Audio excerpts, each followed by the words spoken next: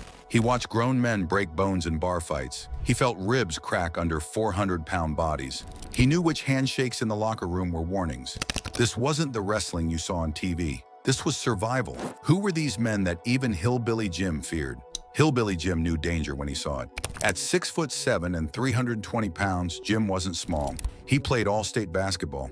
He trained for professional bodybuilding. He understood what real strength looked like. But when Jim talked about Haku, his voice changed. He called him nice but dangerous. Those 3 words told you everything. Nice meant Haku wouldn't start trouble. Dangerous meant he could end anyone who did. Haku trained in sumo schools in Japan as a child. That wasn't performance training. That was combat. Real combat. The kind that breaks bones and ends careers before they start. When Haku came to the WWF, everyone knew his background. Everyone knew what he could do, and everyone stayed careful around him. Jim saw Haku be kind to people. He saw him laugh at mistakes in the ring. He remembered Andre the Giant cracking up when Haku botched a move. Those moments made Haku seem normal, but underneath that friendliness lived something else. Something that never slept. Something that could wake up in a second and destroy you. Other wrestlers told stories about Haku. Real stories, not wrestling stories. Stories about bar fights where Haku fought 8 men at once. Stories about him biting a man's nose off. Stories about him pulling teeth out with his bare hands. Jim heard all of them, and Jim believed all of them. Because he stood next to Haku, he felt the energy coming off him. It was like standing next to a bomb that might never go off, but it could, at any second. That uncertainty made Haku the toughest wrestler Jim ever faced. Not because Haku hurt him, but because Haku could have, anytime he wanted. And there would be nothing anyone could do to stop him. That kind of power changes how you work. It changes how you breathe. You stay aware, you stay respectful, you survive. If Haku was the bomb that might explode, Big John Studd was the explosion that happened every night. Stud stood 6'10". He weighed 360 pounds, and he took liberties in the ring. That phrase meant something specific in wrestling. It meant Stud hurt people on purpose. It meant the punches were real. The slams were harder than they needed to be. The pain was intentional. Most wrestlers cooperate. They work together to make moves look good while keeping each other safe. That's the deal. That's the trust. Stud broke that deal. He broke it because he was big enough to get away with it. He broke it because he was a main event star. And he broke it because he wanted to see if you would break first. Jim worked with Stud constantly in his early WWF run. He stood in that ring alongside Hulk Hogan and took Stud's offense night after night. Every slam felt like a car accident. Every punch tested whether Jim's jaw was made of bone or glass. Stud wasn't trying to make the match look good. He was trying to prove something. He was trying to show that he was the real tough guy. Not the babyface, not the hero. Him. The problem with taking liberties is that you can't fight back. Wrestling has rules. If Jim had stiffed Stud back, he would have been fired. The Office protected the heels. The Office protected the stars. So Jim had to absorb it. He had to smile through broken ribs. He had to sell the moves while his body screamed at him to quit. Stud's toughness wasn't impressive. It was cruel. It was the toughness of a bully who knew his victim couldn't fight back. But it was still toughness, and it still hurt. Every single night. Big John Studd had a partner. His name was King Kong Bundy. And if Studd was cruel, Bundy was just heavy. So heavy that gravity became a weapon. Bundy was rough in the ring, not because he wanted to hurt people like Studd did, but because his body turned every move into punishment. When a 450-pound man falls on you, physics don't care about cooperation. Your ribs compress, your lungs empty,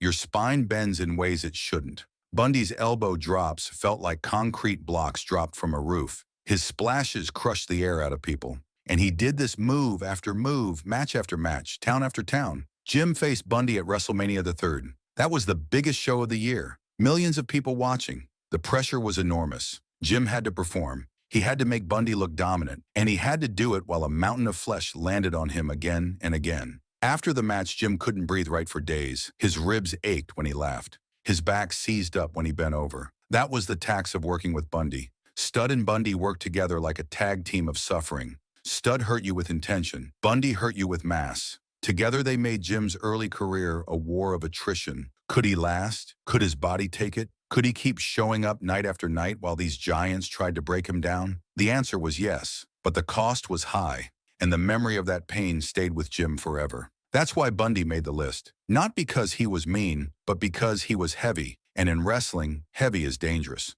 Harley Race didn't hurt people by accident like Bundy, and he didn't hurt them on purpose like Stud. Race hurt you by making you hurt yourself. He did it through control, through authority, through the kind of mental dominance that makes grown men do things they know are dangerous. Race was an 8-time NWA World Champion.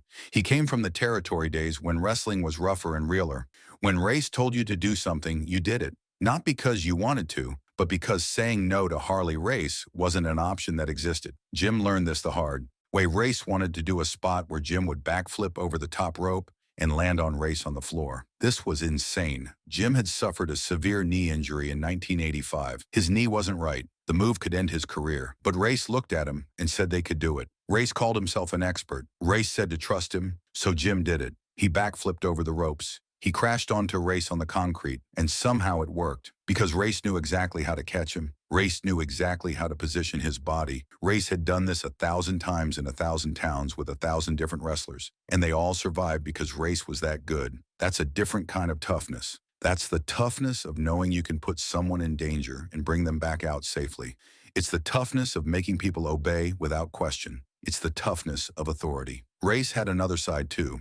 Jim watched him torture the Junkyard Dog backstage, not with punches, with tickling. Race knew JYD hated being tickled, so Race would threaten him with it. He would chase him around. He would make a tough man run away from tickling. That was psychological warfare. That was dominance. Race made the list because he controlled everything. The ring, the locker room, the fear inside other wrestlers. He didn't need to be the biggest. He didn't need to be the strongest. He just needed to be Harley Race, and that was enough. The 5th spot belongs to the Barbarian. Some people might question this choice. The Barbarian wasn't as famous as the others. He didn't have as many stories, but Jim always mentioned him alongside Haku. Always.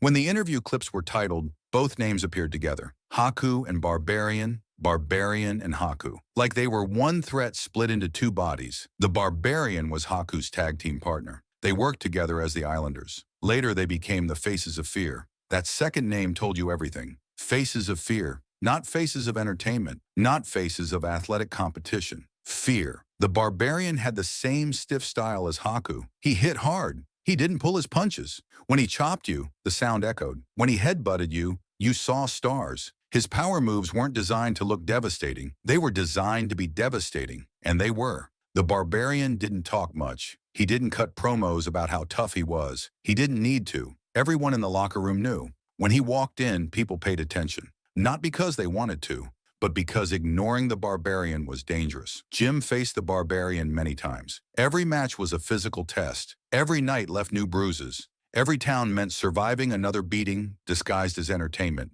The Barbarian's place on this list isn't about individual stories. It's about consistency. It's about being a constant threat. It's about being the second shoe that always dropped after Haku. Together, Haku and the Barbarian represented the physical ceiling of the WWF. They were as tough as it got. They were as dangerous as it got. And Jim had to face them both, repeatedly, for years. These five men weren't the only tough wrestlers Jim knew. He mentioned others. The Iron Sheik survived the brutal road schedule. Barry Windham and Ken Patera lasted through hundreds of matches per year. Andre the Giant was the biggest man Jim ever saw. But none of them made this list. Why? Because toughness isn't just about size. It's not about fame. It's not about surviving the travel schedule. Real toughness is about danger, about pain, about making other wrestlers afraid. The Iron Sheik was tough in his own way, but Jim remembered him for his funny personality and his partnership with Nikolai Volkov. That's not the same as remembering someone for hurting you. Andre the Giant was enormous, but Andre was Jim's mentor. Andre helped him. Andre laughed with him. You don't fear your mentor. You don't dread facing your friend. Andre was impressive, but he wasn't dangerous. Not to Jim. The five men on this list were different. Haku could have killed people with his bare hands. Stud deliberately crossed the line into real violence. Bundy's body was a weapon he couldn't turn off. Race's mind made people do dangerous things, and the Barbarian backed up Haku's reputation with his own brand of pain. This was the dark side of wrestling in the 1980s. It was brutal. It was dangerous. It was real in ways the crowd never understood.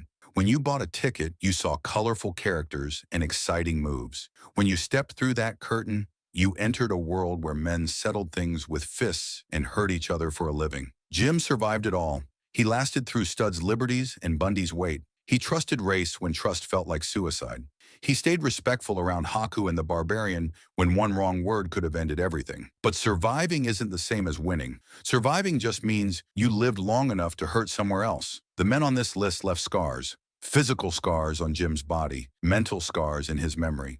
Every time he told these stories, you could hear it. The weight of those years, the cost of those matches, the price of entertaining people who never knew how real the danger was. In a world built on make-believe, Hillbilly Jim knew who could make it real. These five wrestlers proved that every night. They proved it with every stiff punch, every crushing slam, every moment of legitimate fear. They were the toughest wrestlers he faced, not because they were the most skilled, not because they were the most famous, but because they were the most dangerous. And in wrestling, danger is the only toughness that matters. Who's saying my boy? Why? Why? Yeah, you can admire his work all you want, but you know what? You can admire his work all you want, but I'll give you my take on it. Since you want to keep on yelling out my boy, 3 people died in that house that night.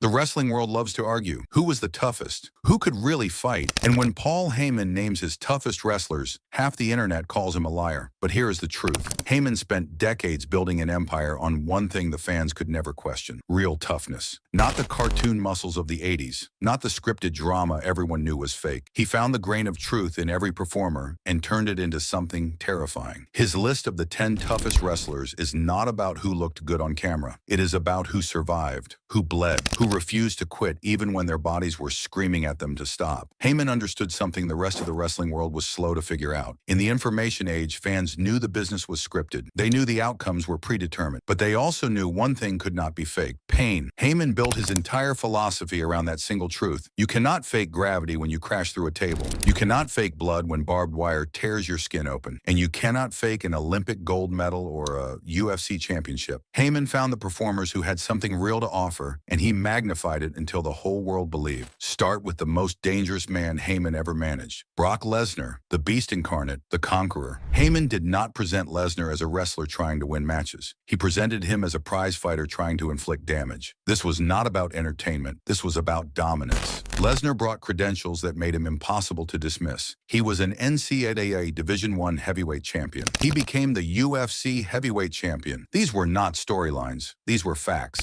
Heyman took those facts and weaponized them. The centerpiece of the Lesnar narrative was the streak. When Lesnar ended The Undertaker's undefeated run at WrestleMania, Heyman turned a scripted outcome into a statistical anomaly. He shouted it over and over: the one in 21-1. By reducing the legendary Undertaker to a number, Heyman stripped away the mysticism and replaced it with cold, hard reality. Lesnar was not just another character in the story. He was the extinction-level event that ended an era. But Heyman went further. He talked about Lesnar's battle with diverticulitis, a life-threatening illness that nearly killed him during his UFC run. Heyman claimed that Lesnar was fighting at only 60% capacity when he became UFC champion. The implication was terrifying. If a sick Brock Lesnar could beat the best fighters in the world, what could a healthy Brock Lesnar do in a wrestling ring? Heyman created a nightmare scenario in the minds of fans. Lesnar was not just tough, he was unstoppable, even when his own body was trying to kill him. Heyman also used the tension between himself and Lesnar to heighten the drama. At SummerSlam, Lesnar turned on Heyman and hit him with an F5 through the announce table. This was not just a storyline beat, it was validation of everything Heyman had been saying. He had created a monster so dangerous that even his own manager was not safe. The violence was indiscriminate. It was real. It transcended the scripted nature of the performance.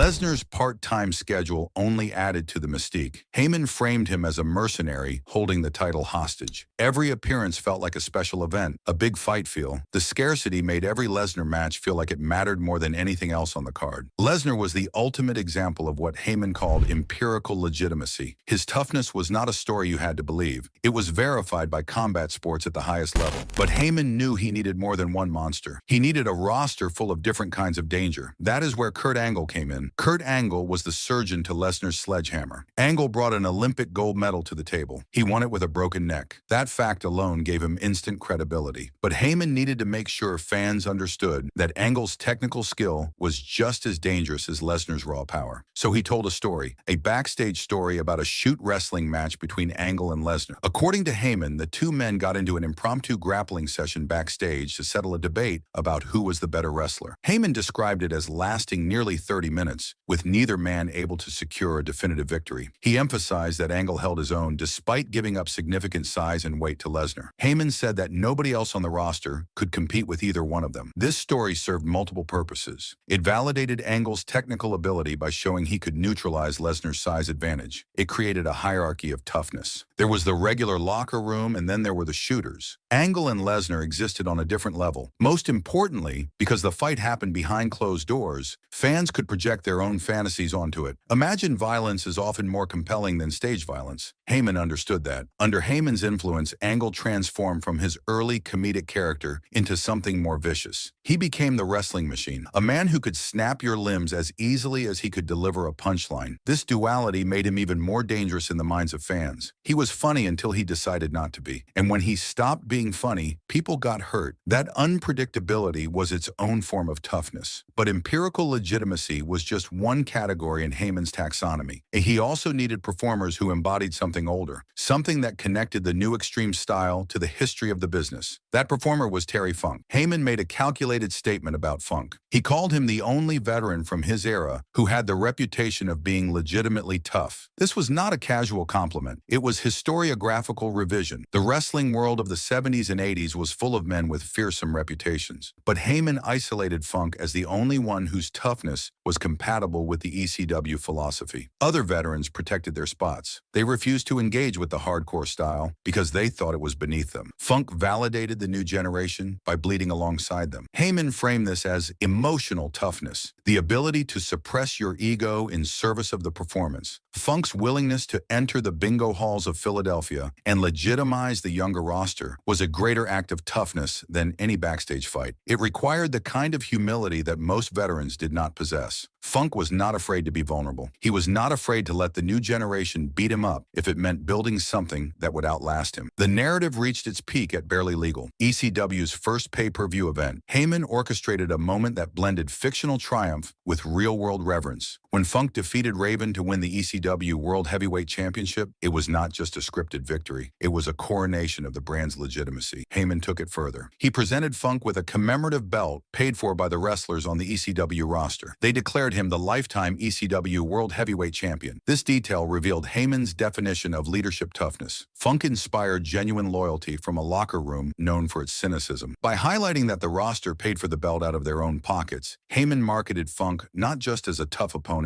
but as a beloved patriarch. When critics called ECW garbage wrestling, Heyman could point to Terry Funk, a former NWA World Heavyweight Champion, a peer of the greats. If it was good enough for the Funker, it was legitimate art. Heyman's connection to Funk ran deeper than business. When Funk's health declined, observers noted that Heyman was crushed by the loss. Heyman had the chance to speak with Funk in his final weeks and chose to withhold public tributes because he got to say everything while Funk was still alive. This relationship underscored a recurring theme in Heyman's management: the transactional nature of loyalty. Funk gave Heyman credibility. Heyman gave Funk relevance in a changing world. The toughness Heyman marketed was Funk's refusal to fade away quietly, his insistence on raging against the dying of the light with barbed wire and branding irons. It was poetic, almost literary, and Heyman used it to give ECW a soul. While Funk represented spiritual legitimacy, Heyman also needed to create legitimacy from scratch. That is where Taz came in. Taz was a project of pure construction. Heyman transformed the Tazmaniac, a wild feral gimmick, into Taz, the disciplined judo killer. This is perhaps the greatest example of Heyman's ability to manufacture danger through aesthetics and terminology. Heyman realized that a short wrestler could not be tough in the traditional sense. Not in a land of giants, but he could be dangerous. So Heyman overhauled everything about Taz to mimic the rising world of mixed martial arts. The look was critical: the black and orange singlet, the towel over the head like a boxer entering the ring, the crossed arms creating a silhouette of focus and discipline. Every visual element communicated that this was not a pro wrestler. This was a fighter. The language was just as important. Heyman instructed the commentators, particularly Joey Styles, to use terminology borrowed from judo and jiu-jitsu. Moves were not slams. They were suplex variations. Wins were not pins. They were tap-outs and submissions. The monikers reinforced the narrative: the human suplex machine, the one-man crime spree. Taz was not presented as a person. He was a mechanical force of destruction. Heyman created a catchphrase for Taz that encapsulated the psychological warfare: beat me if you can, survive if I let you. This reframed the objective of the match. It was not about winning, it was about survival. This shifted the burden of toughness onto his opponents. They were brave just for stepping in the ring with him. Even if they lost, they survived. That was the victory. But constructed legitimacy had limits. The research highlights an incident with Mike Awesome. Awesome was leaving ECW for WCW, and in their title match, he refused to sell Taz's offense. He broke the agreement. This revealed the fragility of constructed toughness. Unlike Lesnar, who could force compliance physically, Taz relied on cooperation from his opponents. When that cooperation was withdrawn, the illusion wavered. Heyman managed the aftermath brilliantly. He continued to praise Taz's intense style and judo background. He reinforced the narrative over the reality. Years later, Heyman still discusses the human suplex machine origin as a pivotal evolution in ECW. He believed that perception is reality if you market it consistently enough. The reconciliation between Rob Van Dam and Taz in later years added a layer of retrospective maturity. The toughness of that era eventually evolved into mutual respect among survivors. Heyman taught the wrestling world that you could build legitimacy from nothing if you controlled the language and the presentation carefully enough. Imperial Empirical shooters and constructed killers covered offense. But Heyman curated a separate class of toughness defined by defense, the ability to absorb punishment. This was the domain of the masochistic survivor. Nobody embodied this better than Mick Foley. Heyman repeatedly cited Foley's willingness to suffer as his defining characteristic. In retrospectives, Heyman asked a rhetorical question: how could you not believe in Mick Foley? This question cut to the core of his strategy: empathy through trauma. Heyman recognized that Foley, operating as Cactus Jack in ECW, possessed unique psychological toughness. He was not just taking bumps, he was enduring pain to tell a story. Heyman booked Foley in scenarios that tested the limits of human endurance. The most brilliant example was the anti-hardcore run. In a stunning inversion, Heyman had Foley turn on the bloodthirsty ECW fans. Foley refused to be their monkey. He would not engage in violence for their amusement. Instead, he wrestled technical matches and cut promos denouncing the crowd's bloodlust. This demonstrated moral toughness, the strength to stand against the very culture that made him a star. Heyman framed Foley's refusal to be violent as a deeper, more profound form of toughness than the violence itself. It was the toughness of integrity, the ability to say no when everyone is screaming at you to say yes. This elevated Foley beyond the hardcore label. He was not a stuntman. He was a philosopher of pain who chose when and where to suffer. If Foley was the philosopher, Tommy Dreamer was the everyday practitioner. Heyman's rebranding of Dreamer is the stuff of legend. Dreamer started as a generic pretty boy who got booed mercilessly by the cynical Philadelphia crowd. Heyman transformed him into the innovator of violence and the heart and soul of ECW. The turning point was the Singapore Cane match against the Sandman. Dreamer lost and was forced to take 10 lashes. He took them. Then, in a moment of unscripted brilliance that Heyman immediately capitalized on, Dreamer asked for another. "Thank you, sir. May I have another?" This moment defined Heyman's doctrine of resilience. Toughness is not about winning, it is about not quitting. Heyman framed Dreamer as the Iron Man of the locker room, the reliable soldier who would go down with the ship. The research notes that Dreamer and Joey Styles were among the few who stayed with ECW until the very end. They refused contracts elsewhere. Heyman used this loyalty to paint Dreamer as a tragic hero. His toughness was his stupidity, his refusal to leave a dying company because he loved it too much. This emotional vulnerability made Dreamer the ultimate underdog. Fans could project their own struggles onto him. Decades later, Dreamer still refers to Heyman as the greatest manager, despite the well-documented financial problems of ECW. Bounced checks, unpaid salaries. This enduring loyalty speaks to the psychological hold Heyman had on his talent. He convinced them that their suffering was part of a greater artistic cause. He transformed financial exploitation into a shared badge of honor. That is its own form of manipulation. But it worked. Dreamer's toughness was not physical, it was emotional. The ability to believe in something even when all the evidence says you should walk away. Then there was Sabu, toughness via insanity. Heyman marketed Sabu as homicidal, suicidal, genocidal. This was not just a rhyme, it was a warning label. Sabu's toughness was elemental. He was a force of nature that could not be reasoned with. The research mentions Sabu taping his own wounds mid-match, often using superglue and maintaining a vow of silence to preserve his mystique.